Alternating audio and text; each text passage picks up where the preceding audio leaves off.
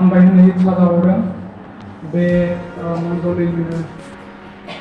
साफ्रोम दैदेनगिरि जेरै दिखन बर्डनिफ्राय लानानै सेक्रेटारि ट्रेजारार आरो बेबायदिनो महिलाफोरनि दैदेनगिरि इउथ्सनि पेरेन्ट्सनि आरो सानडे स्कुलनि आङो साफ्रोमखौबो बे समाव आङो आंनि गोसो गोरबोनिफ्राय हामबाय होननायखौ जासिहरनाय थाबाय आरो आं स्पेसियेलि हामबाय होननानै साजायहरदों बे उपासनाखौ दैदेननाय बे मण्डलिनिनो फालक जाय बिथाङा आंनो बे मोजांथार समखौ हगारना होबाय बेखौबो आङो बे समाव आंनि गोसो गोरबोनिफ्राय हामबाय होननायखौ आङो जासिहरनाय थाबाय आरो लोगोसेबाव आङो हामबाय होननो गोसो जाबावदों जे जोंनि बिबिसिनो सार जे आंखौ नोंसिनि मण्डलिसिम दैदेननानै लाबाय आरो बेफोरबायदिनो नोंसोरजों जगाजग खालामनो खाबुखौ होबाय बिनि थाखाय आङो सारखौबो आंनि गोसो गोरबोनिफ्राय हाजासे हामबाय होनना जासिहरबाय आरो लोगोसे जोंजों फैबावनाय सासे आदै दंबावो आङो बेखौबो आंनि गोसो गोरबोनिफ्राय हामबाय होननायखौ आङो जासिहरनाय थाबाय आरो आङो लोगोसे हामबाय होनो इच्छा जाबावदों बे मण्डलिनिनो साफ्रोम जिसु ख्रिस्ट'नि थैजों बायजानाय साफ्रोम बिसासि बिसाफोर बे समाव इसोरखौ खुलुमनो आरो सिबिनो सफैनाय साफ्रोमबो बिसासिफोरखौ आङो बे समाव हामबाय होनायजों लोगोसे बयखौबो जिसु ख्रिस्ट'नि मुङाव आङो बरायनानै आं लाबाय दायो बे समाव आङो आंनि सर्ट टेस्टिमनि आङो होनो सानदों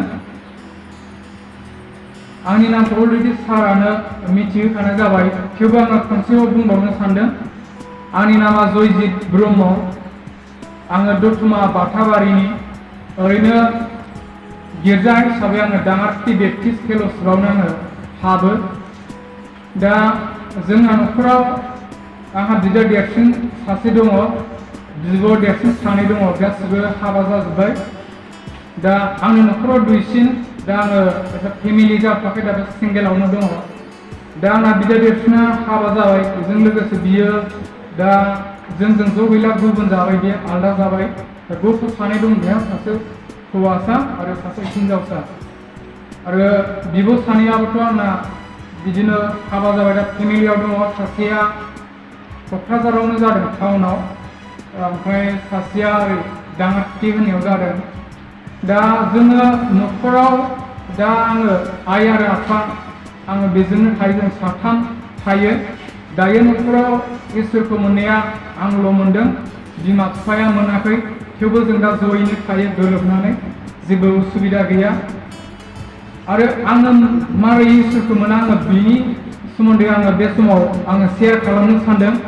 आङो 2008आव आङो साउथ इण्डिया बेंगलराव आङो खामानि मावनो होननानै थांदोंमोन जे समाव आङो न'आव थाबाय थानाय समाव बिदिनो जे आंनि फरायनायाव आङो मोजां बेफोरबायदिनो आवगायलांनो हायासै फरायनायाव गोसो होनानै फरायनो हायासै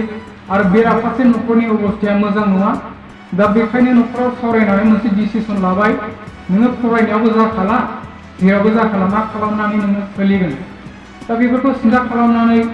न'खराव बिदिनो सानलायनानै आंखौ 2008आव साउथ इण्डियायाव बिदिनो टिकेट दाननानै आंखौ सासे लोगोजों थिनहरबाय बेबायदिनो आङो थांनानै गोबां कम्पानियाव मावबाय मावनानै फाइनालि आङो 2009नि जोबहां 2009नि गेजेराव आङो मोनसे बाइबेल कलेज एससिबिसि होनना साउथार्न एसिया बाइबेल कलेज बे पेन्टिकस्टेल बाइबेल कलेज बाहाय आं एसे सिकिउरिटि हिसाबै आङो मावहैदों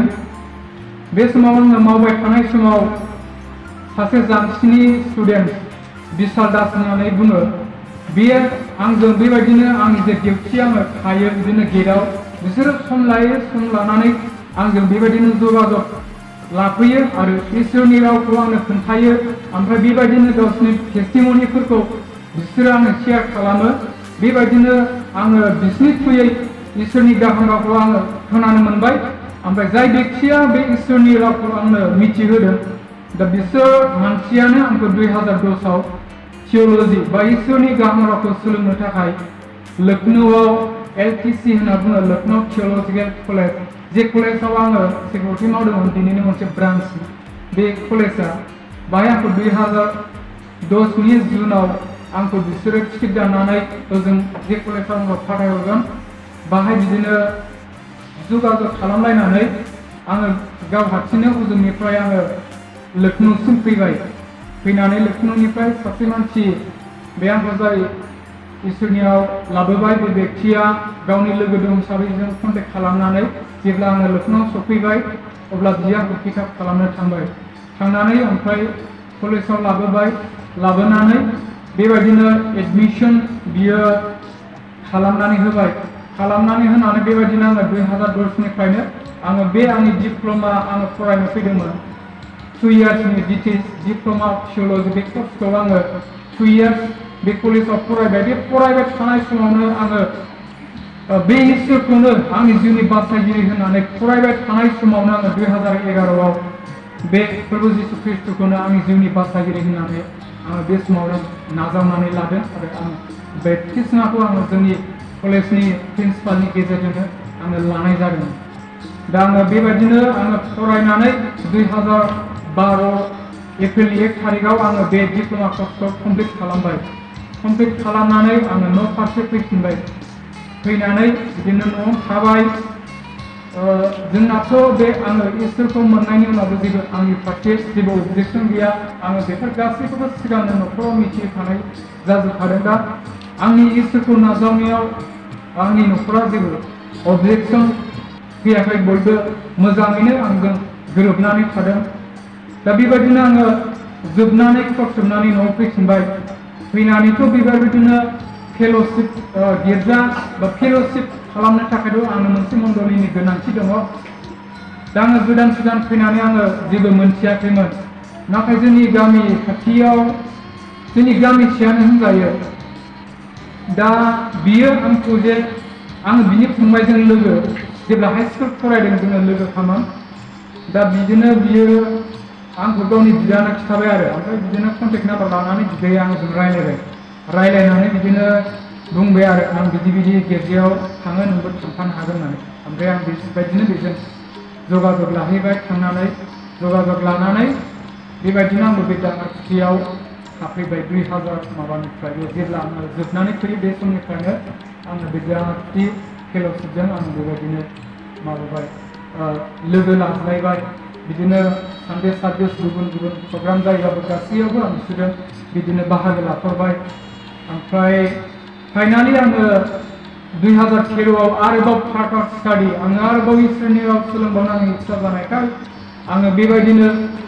सेल्फ स्पन्सर गावनो आङो सेल्फ स्पन्सर माबानानै रावनिबो बाहाय स्पन्सर गैयामोन आङो 2013आव आङो केरेलायाव आङो थांफिनदों बेबायदिनो पिपल्स बाप्टिस्ट बाइबेल कलेजनियाव आङो जयेन खालामनानै आङो आंनि BTS BD आरो MDखौ आङो बे कलेजावनो आङो कमप्लिट खालामबाय जेब्ला आङो बे कलेजाव आङो फरायदों बाथ' उइदाउट स्पन्सर रावनिबो आंनियाव बेफोरबायदि मदद खालामनाय गैयामोन बे आंनि आब' सासे जे क'क्राझाराव जानाय फेमिलिया बेना एसे मोजाङानो दा बिसोरो आंखौ एसे हेल्प खालामदोंमोन सहाय खालामदोंमोन आरो बेजों लोगोसे आङो जोंना बोसोराव बेबायदिनो मास मोनथाम सुटि मोनो सुटि मोननाय समाव आङो न'आव फैयोबाथ' आंनि थाखाय प्रब्लेम मानो होनबा फैसानि गोबां प्रब्लेम बेखायनो आङो खामानि मावो हटेलफ्राव मावो जेखौ मोनो आं बेखौ मावो बे फैसाखौ आं बिदिनो आर्जिनानै जेब्ला कलेजा खुलिफिनो बे समाव आं फैनानै बेबायदिनो आङो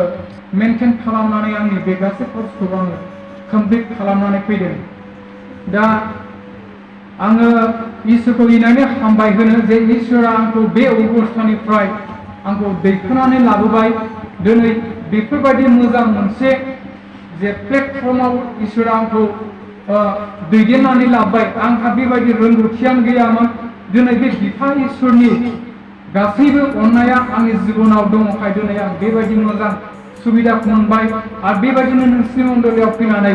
नोंसोरजों लोगो लाज्लायनानै बेफोरबायदि इसोरनि गाहाम राव बुंनो थाखाय खाबु मोनबाय लोगोसे आरो इसोरा गावनि हाबानि थाखाय बाहायनो थाखाय इसोरा जे सायख'बाय जे बिबिसिनि थ्रुयै एसे गुड निउज वार्कार हिसाबै आरो बेजों लोगोसे नोंसिनि मण्डलियानो दिनै आंनि जे स्पन्सर जाबाय आरो आंबो नोंसिनिनो दिनै सासे सोद्रोमा जाबाय नोंसोरो जेरैबायदि आंखौ आदर खालामनानै दिनै नाजावबाय इसोरनियाव गथायबाय आङो बेफोर गासैबोनि थाखाय आं नोंसोरखौ आरोबाव आरो खनसेबाव आंनि गोसो गोरबोनिफ्राय आङो हामबाय आरो हामबाय होननायखौ आङो जासिहरनाय थाबाय।